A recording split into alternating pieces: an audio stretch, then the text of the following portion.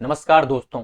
पिछली दो क्लास में हमने भारतीय संविधान सभा को एकदम विस्तार से बड़े विस्तार से समझा है, जिनकी दोनों वीडियो हमारे चैनल पर अपलोड हैं।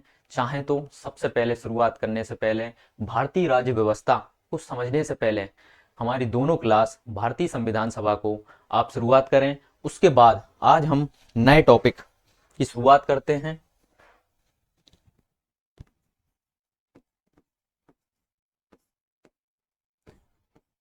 भारत का राज्य क्षेत्र।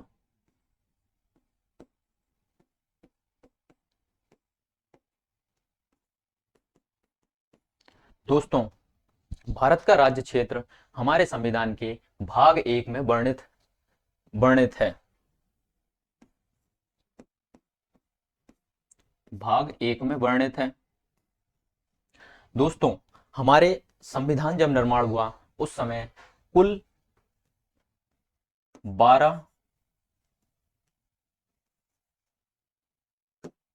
कुल 8 अनुसूचियां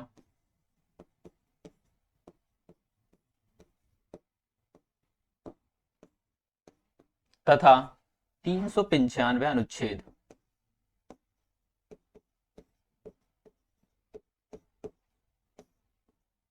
हमारे मूल संविधान में 8 अनुसूचियां तथा 395 अनुच्छेद थे। दोस्तों, जब से संविधान हमारा बनकर तैयार हुआ तब से अभी तक वर्तमान तक 100 से अधिक संविधान संशोधन हो चुके हैं, जिसके फलस्वरूप वर्तमान में 470 अनुच्छेद, 12 अनुसूचियां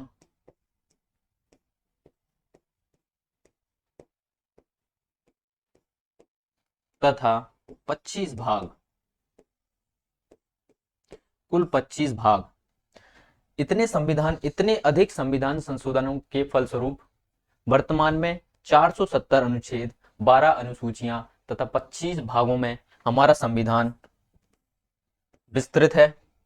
दोस्तों, भारत का राज्य क्षेत्र, आज का हमारा टॉपिक है भारत का राज्य क्षेत्र, जिसका वर्णन भाग एक में अनुच्छेद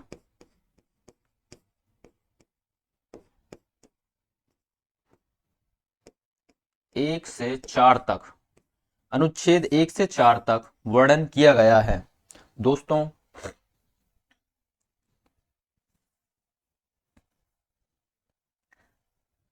इसको और अधिक विस्तार से समझते हैं।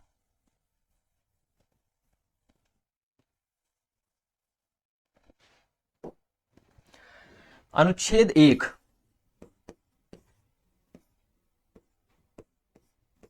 अनुच्छेद 1 क्या कहता है? हमारे संविधान का सबसे पहला अनुच्छेद, अनुच्छेद 1 कहता है, Bharat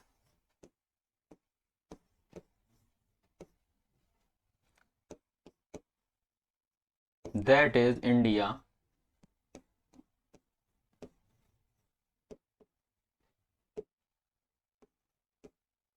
shall be union of the states। Bharat जो कि इंडिया है,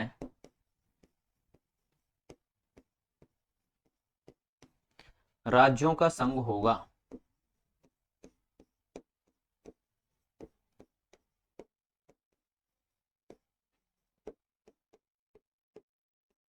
राज्यों का संघ होगा। राज्यों का संघ, ये हमको बहुत अच्छे से याद रखना है कि भारत राज्यों का संघ होगा। दोस्तों, भारत भारत क्या है? प्रश्न ये उठता है कि भारत क्या है।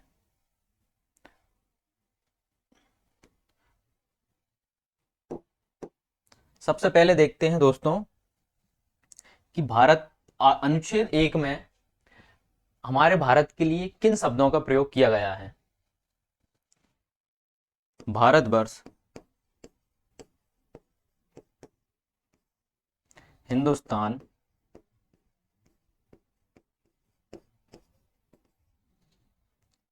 इंडिया या फिर भारत।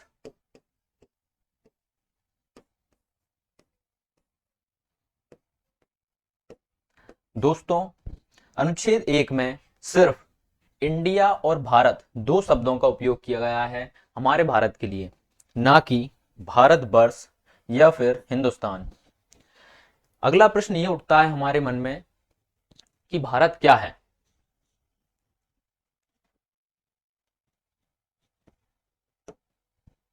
भारत क्या है?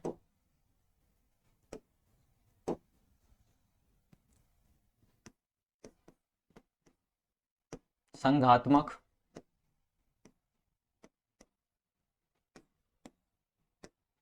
एकात्मक या फिर राज्यों का संघ। दोस्तों, हमारा भारत ना तो संघात्मक है ना ही एकात्मक है, बल्कि राज्यों का संघ है। तीनों संघात्मक, एकात्मक तथा राज्यों का संघ, तीनों को हम विस्तार से समझें तो संघात्मक क्या होता है? इसमें केंद्र व राज्यों के बीच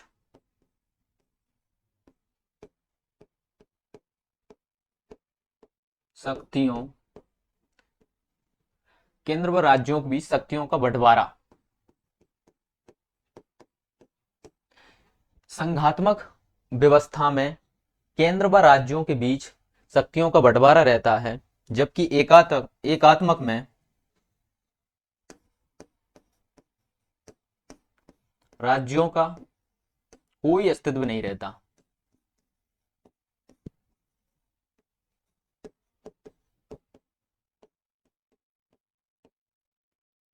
कोई अस्तित्व नहीं रहता।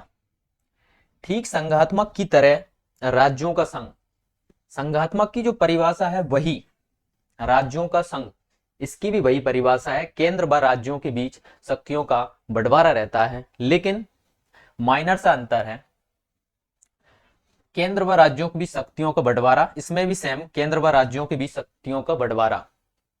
लेकिन इनका उदाहरण देखते हैं यदि, तो संघात्मक शासन व्यवस्था यूएसए, अमेरिका में है।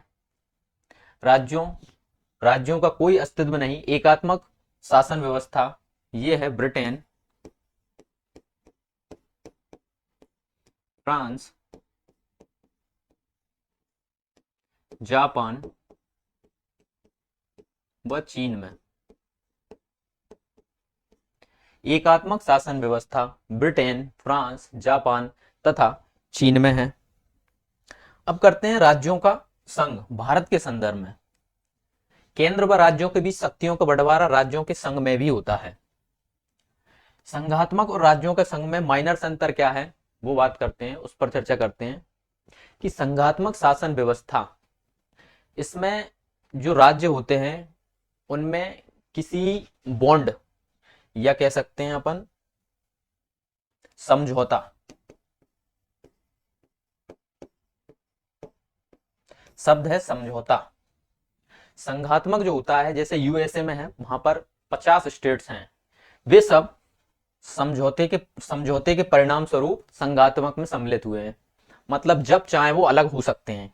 लेकिन राज्यों का संघ, भारत में राज्यों का संघ जो कि समझौते का परिणाम नहीं है, इसमें भारत में कोई भी राज्य अपनी इच्छा अनुसार भारत संघ से अलग नहीं हो सकता है, इसलिए राज्यों का संघ भारत में है।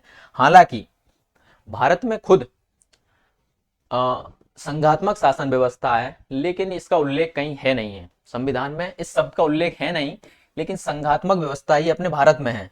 इसलिए राज्यों का संघ जो कि किसी समझौते का परिणाम नहीं है, कोई भी राज्य अपनी इच्छा से भारत संघ से अलग नहीं हो सकता है या जा नहीं सकता है। इसलिए दोस्तों आगे बढ़ते हैं।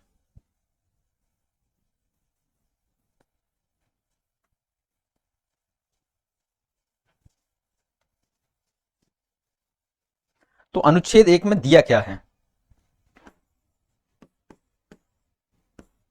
अनुच्छेद 1 में वर्णन है कि भारत में राज्य होंगे, संघ शासित प्रदेश होंगे,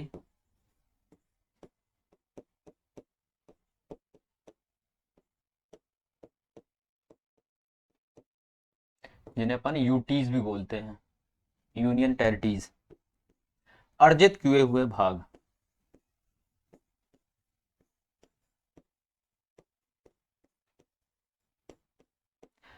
अर्जित किए भाग या प्रदेश।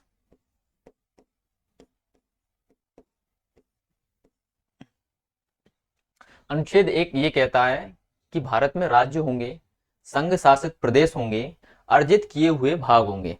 दोस्तों अगले अनुच्छेद पर चलते हैं, अनुच्छेद 2। अनुच्छेद 2 पर जाने से पहले एक दो चीज और देख लेते हैं। राज्यों का संघ, इसके लिए शब्द है यूनियन, और एक और है अपना संघात्मक, उसके लिए है फेडरेशन।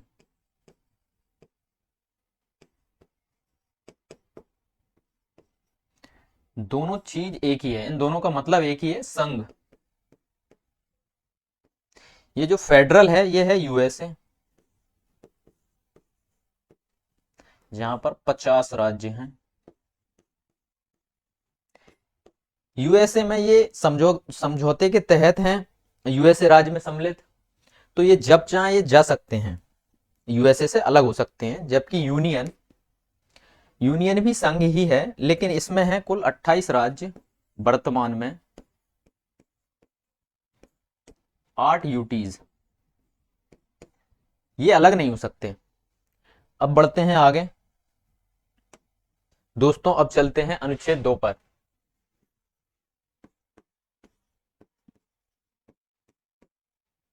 अनुच्छेद 2, अनुच्छेद 2 क्या कहता है कि भारतीय राज्य क्षेत्र में कोई अन्य भाग, भूभाग या प्रदेश को किस प्रकार शामिल किया जाएगा। भाग, भूभाग, प्रदेश, अन्य भूभाग या प्रदेश को किस प्रकार भारतीय राज्य क्षेत्र में शामिल किया जाएगा, इसका वर्णन भारतीय संविधान के अनुच्छेद 2 में वर्णन किया गया है। इसकी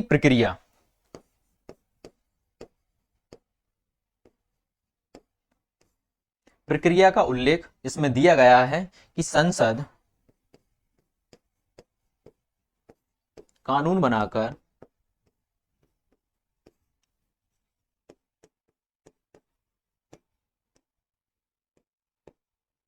किसी भी बाहरी क्षेत्र को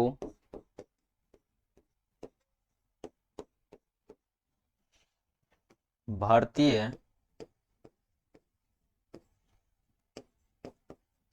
राज्य क्षेत्र में शामिल कर सकती है।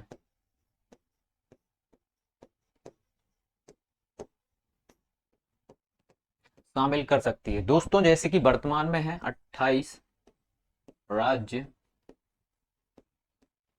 8 यूटीज, संघ शासित प्रदेश।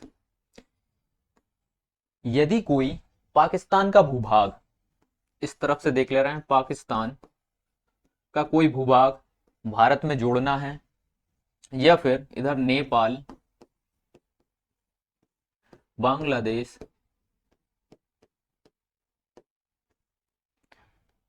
इनके भूभाग को जोड़ना हो, या नीचे श्रीलंका,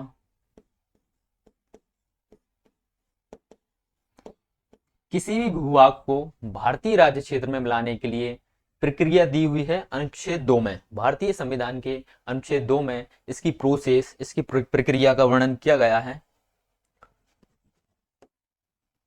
आगे चलते हैं दोस्तों अनुच्छेद 3 पर। तो इसी क्रम में अनुच्छेद 3 पर चलते हैं।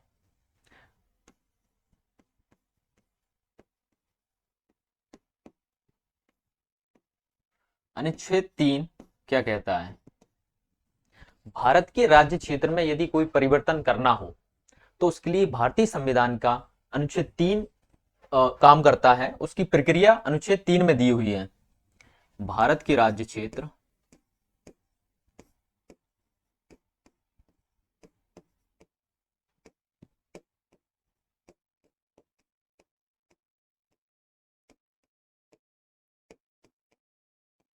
कोई परिवर्तन। यदि भारत के राज्य क्षेत्र में कुछ परिवर्तन करना है तो उसके लिए भारतीय संविधान का अनुच्छेद 3 काम करता है। इसमें प्रक्रिया दी हुई है, जैसे कोई नया राज्य बनाना हो,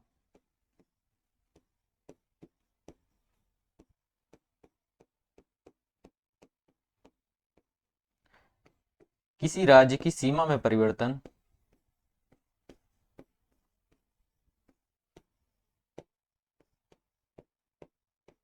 सीमा में परिवर्तन, या फिर किसी राज्य के नाम में परिवर्तन।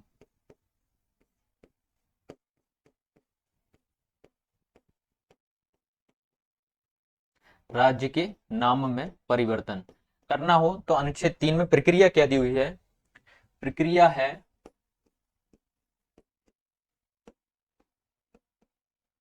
दोस्तों, कोई नया राज्य बनाना हो, किसी राज्य की सीमा में परिवर्तन करना हो, या फिर नाम में परिवर्तन करना हो, तो अनुच्छेद 3 के अंतर्गत संसद में बिल लाकर, या कह सकते हैं विधेयक लाकर,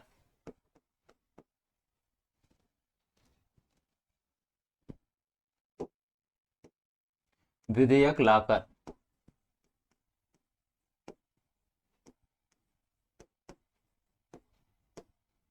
संसद में विधेयक लाकर कोई नया राज्य बनाया जा सकता है, किसी राज्य की सीमा में भी परिवर्तन किया जा सकता है और नाम में भी परिवर्तन किया जा सकता है। प्रक्रिया क्या होगी? संसद में बिल लाएंगे, राष्ट्रपति संबंधित राज्य के विधानमंडल में राय मांगेंगे। सिर्फ राय मांगी जाती है। ये अवधि दे सकते हैं 7 दिन, 14 दिन, 2 माह, 6 माह, उनकी इच्छा अनुसार कितनी भी अवधि के अंदर संबंधित राज्य के विधानमंडल से राष्ट्रपति अपनी राय मांगेंगे। राय बाध्यकारी नहीं होगी। जो राय मांगी जाएगी वह बाध्यकारी नहीं होगी। बाध्यकारी नहीं होगी का मतलब क्या है? अगर संबंधित राज्य कोई नया राज्य बनाने, किसी राज्य की सीमा में परिवर्तन करने या फिर नाम में परिवर्तन करने के संबंध में अपनी इच्छा जाहिर नहीं करता है, तो ये जरूरी नहीं है कि राष्ट्रपति उसे माने। संसद अपनी इच्छा अनुसार ये तीनों काम कर सकती है। राज्य में सिर्फ फॉर्मेलिटी के लिए राय मांगी जाती है, जो कि बाध्यकारी नहीं है। आगे बढ़ते हैं दोस्तों। जैसे उदाहरण लेते हैं 2014 में आंध्र प्रदेश,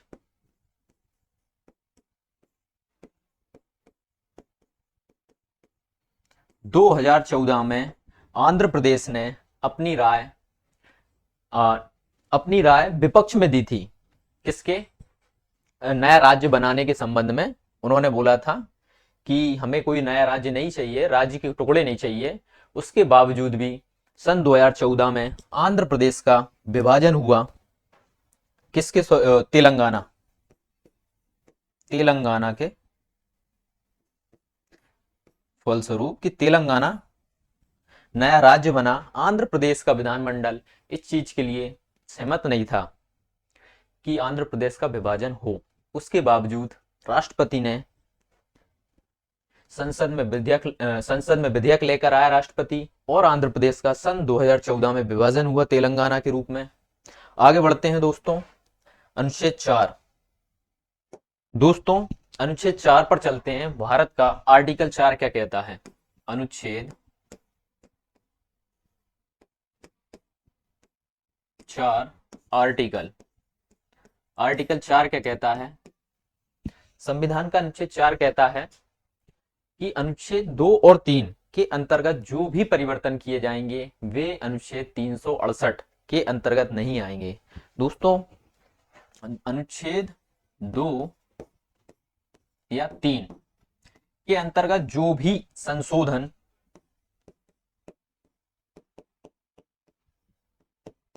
या परिवर्तन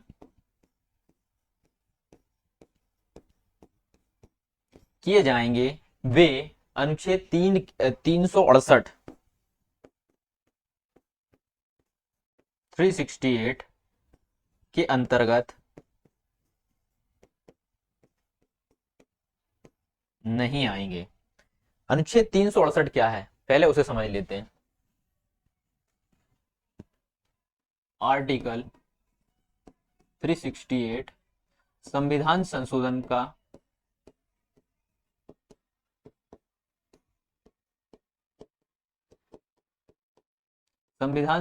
का वर्णन करता है।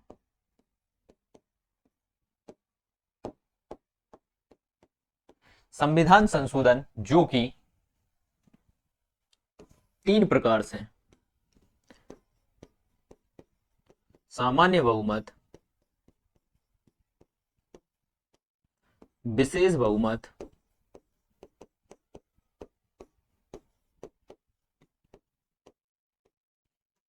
और तीसरा है विशेष बहुमत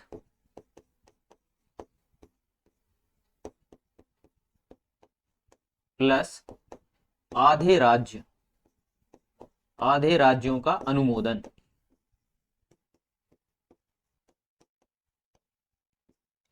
दोस्तों, अनुच्छेद 368 के अंतर्गत भारत में संविधान संशोधन की प्रक्रिया बताई गई है। संविधान संशोधन अनुच्छेद 368 के तहत सिर्फ 2 प्रकार से, विशेष बहुमत और विशेष बहुमत प्लस आधे राज्यों का अनुमोदन का ही वर्णन किया गया है। जबकि कोई नया राज्य बनाना हो, किसी राज्य की सीमा में परिवर्तन करना हो या किसी राज्य के नाम में परिवर्तन करना हो, तो उसके लिए तो सामान्य बहुमत की ही आवश्यकता पड़ जाती है।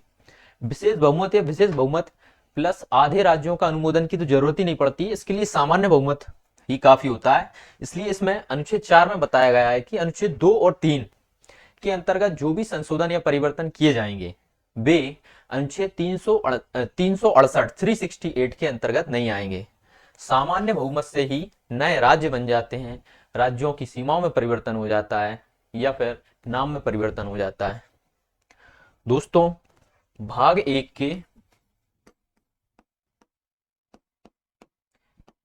के 4 अनुच्छेद हमने पढ़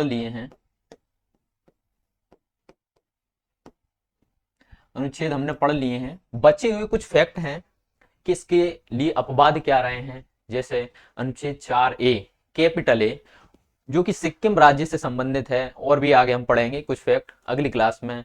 तो दोस्तों, मिलते हैं, इसी क्रम को आगे बढ़ाएंगे अगली क्लास में। नमस्कार।